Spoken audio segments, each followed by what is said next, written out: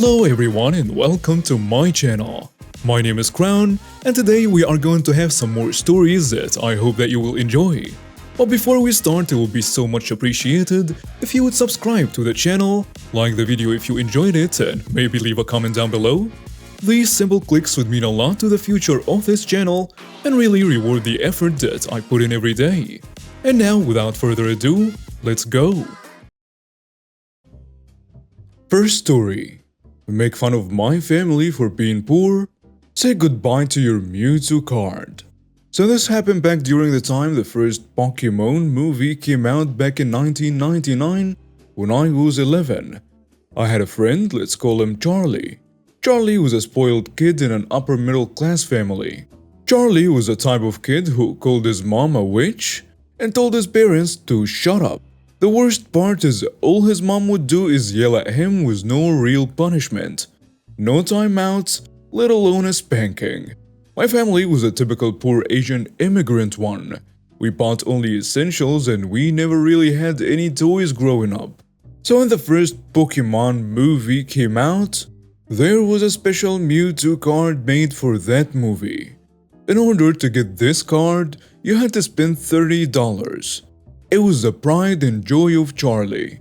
One day I came over to Charlie's house and he was showing me the card for the first time. He said how cool it was and just loved how shiny it was. Then he looks at me and says, "But you'll never get one because your parents are poor." We have been friends for 4 years and something in me snapped when he said that. I love my parents. And even at a young age, I could tell how hurt my mom would get when they couldn't afford Christmas presents for us.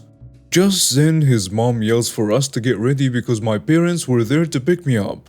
Charlie then leaves the room to use the washroom and I take that opportunity to pocket the Mewtwo card. I then went into the bathroom after Charlie came out and flushed the card in the toilet. My parents came to pick me up and it wasn't until that night Charlie's mom called my parents and told us Charlie was crying that I stole his card. I told my mom I never stole because technically, well, I didn't. I let my mom look through my collection of cards and everywhere in my bedroom because I knew she'd never find it. I'm 33 now and still laugh at this memory from time to time. I told my parents when I was in my 20s and they just laughed and said good. Edit. When we were in high school, Charlie fought my best friend Clint. Charlie lost but got nothing but a cut lip. The next day, Charlie's mom waited outside the school and attacked Clint as he walked home. Clint just shoved her on her butt and laughed at her. Lucky for her, Clint never called the cops on her. Charlie became the joke of our school for having his mom literally fight his own battles for him. So Charlie and I still have mutual friends. A couple weeks back, we were talking about Charlie and I guess Clint gave him a complex because he grew up to be your typical rig worker. Own multiple pit bulls to look tough, drive a lifted pickup with massive tires that never leaves the pavement. I wish I could show all his Facebook. It's really hilarious. Next story. The Bane of Blacksmiths. It's a little bit of background. When I was 14, I got into forging knives with the most basic equipment. Literally just charcoal and fire bricks for the forge and a hammer and tongs for my actual equipment. And I've been doing this for roughly 6 years like this, once or twice a week. When COVID started, I had a whole lot more time on my hands as my work was closed for 4 months, but reopened with limited hours. So now I have more time but still have income, so I decided I put a little money into my forge equipment. This happened last week. Out of courtesy to my neighbors, I told all my neighbors that I'd be making more noise as I was picking up the frequency. Then I used my forge as I got new equipment.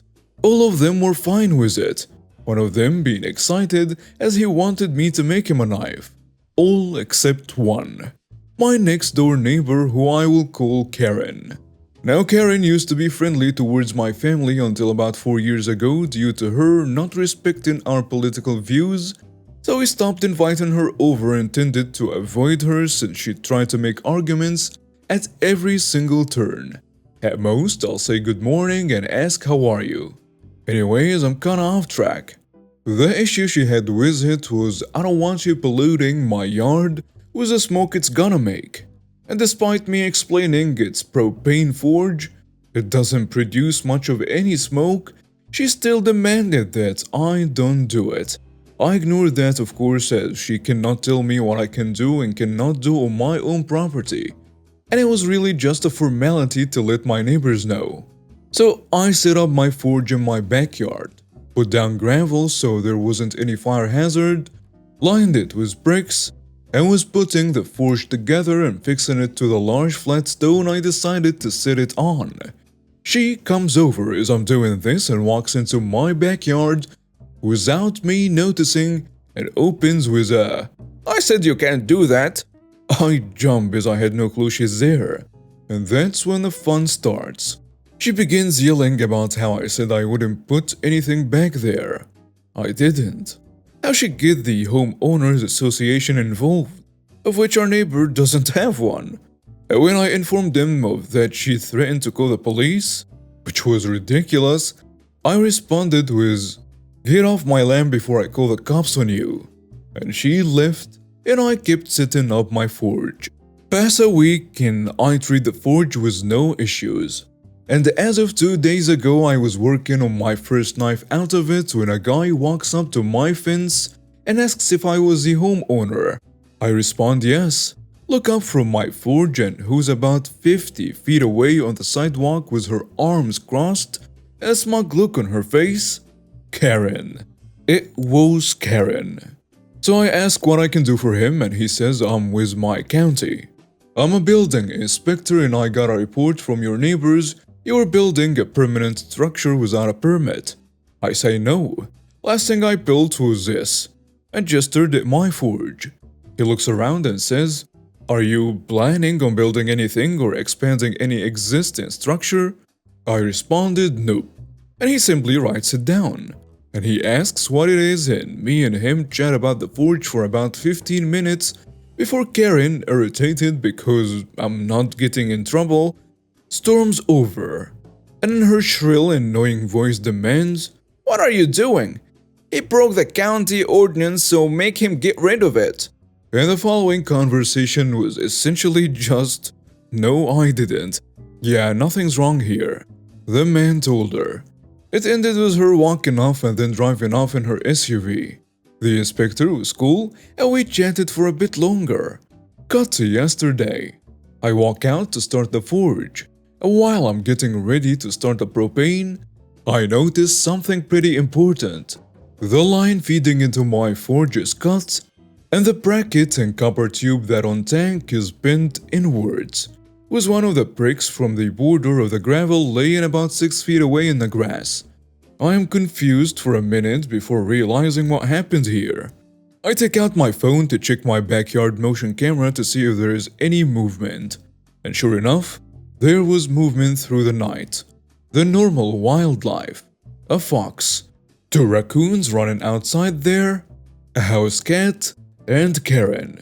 She was walking into my backyard with what looked like garden shears, and about 5 minutes later, she was jogging out of my yard. So after downloading the footage to my phone and computer, taking pictures of the damage and ordering new parts for my forge, I called a non-emergency police number and talked with the police. Shared the footage with them and they wrote down some information and walked over to her house and tried to get an explanation.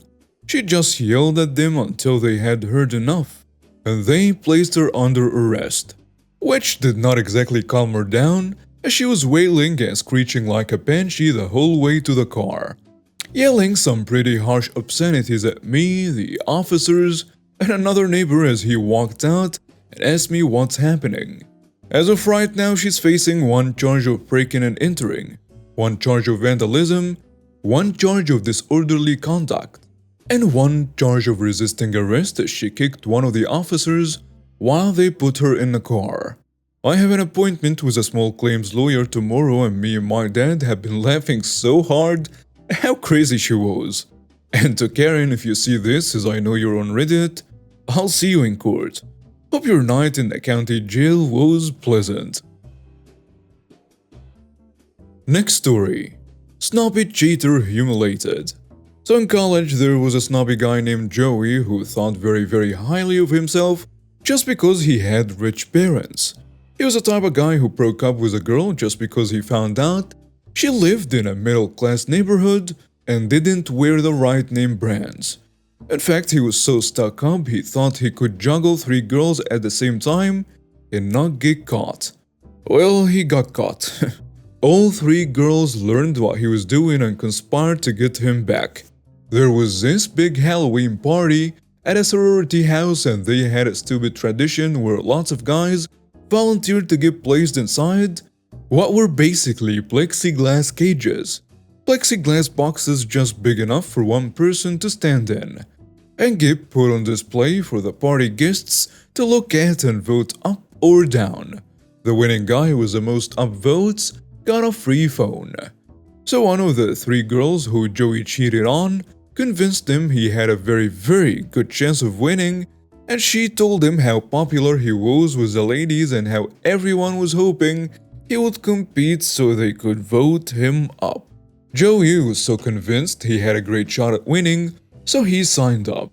He even came dressed in a toga costume that he had spent like $1,000 on being custom made for him. You should have seen him at the party with his nose in the air and thinking he was just the greatest thing ever. Well, what he didn't know is that the 3 girls he was juggling had somehow managed to get the word out to almost everyone at the party about Joey and his snobby ways and his womanizing ways. So when it came time for the walk, he was locked inside one of the plexiglass cases, and all of the female guests lined up to walk past and vote up or down. Imagine Joey's surprise when the first 3 girls in line were the 3 girls he was cheating on. Of course, all 3 girls voted him down. That was probably humiliating enough, but then he had to stand there locked behind the glass and watch every girl at the party vote him down too. Girl after girl filed past him, including cheerleaders and sorority sisters, and all the girls guys like to impress. They all cast their down votes. Many of them were making faces and gestures at him and laughing. Joey turned so bright red he tried to get out of the box, but the door, which was behind him, was locked. So he tried to bump his butt against the door over and over to jar it open, but from the front that only made it look like he was humping up against the glass or something. He was making himself look even more foolish, and everyone was totally enjoying his comeuppance all the more. He was left in a glass case as the winner was announced, which obviously was not him since he didn't get a single upvote. And when he finally was let out, everyone was cheering and clapping while he walked out. Believe it or not, he actually dropped out of college a few days later. Do you think it was because he didn't want to show his face around there anymore? Perhaps. Why not? I would say so. Next story. Karen mistakes teenager for bartender. Note: my dad manages several bars/restaurants in our area. I look older than I really am to some people. Possibly because I'm tall for my age, I don't know. This lady is in her late 40s, early 50s. She picks a table that hasn't been cleared yet, although there are several other open seats. I wasn't wearing a shirt. However, I did have my dad's hat. He had to go grab something from the office, so he plopped his hat on my head and told me he would be right back. I was playing on my phone waiting for my dad when this lady coughed loudly at me. I look up and she points at the table. I was slightly confused and she's drumming her fingers on the table impatiently. So I ask her, is there something someone can do for her? Yes, she said huffily, they can clean off this table. I look around and see everyone is at one of their tables at the moment. So I tell her there are several other tables open. She rolled her eyes and said, well, I want to sit on this one. My parents taught me to be polite and how to deal with Karens. So I tell her, ma'am, every server is busy with one of their tables right now. If you could sit at a table that's cleared, I'm sure someone will get to you in a moment. You aren't busy. She snaps at me. I asked her, what makes you think I work here? She rolls her eyes and says, that hat. She says it like it's the most common knowledge to exist. She tells me to go make her a drink and I tell her I can't.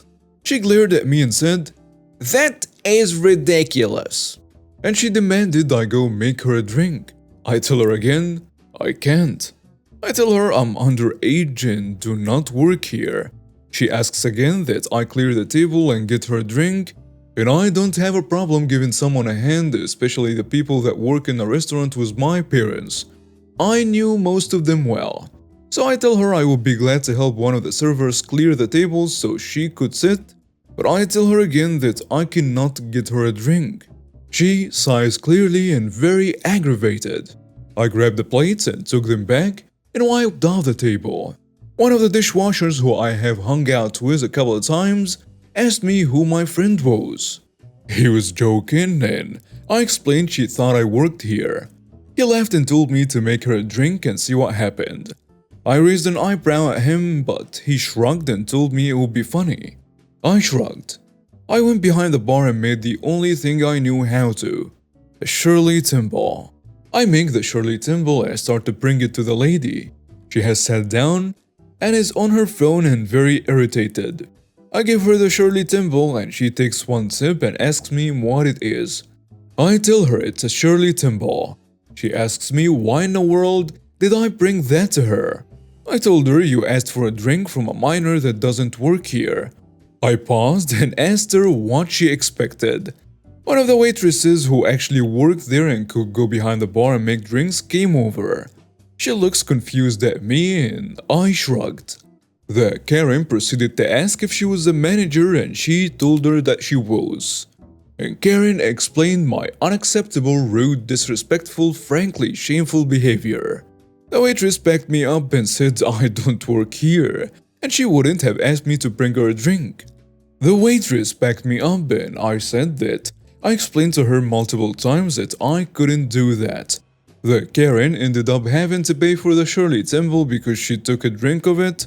And after she left, the waitress looked at me and asked why I gave her a Shirley Temple after she finished laughing.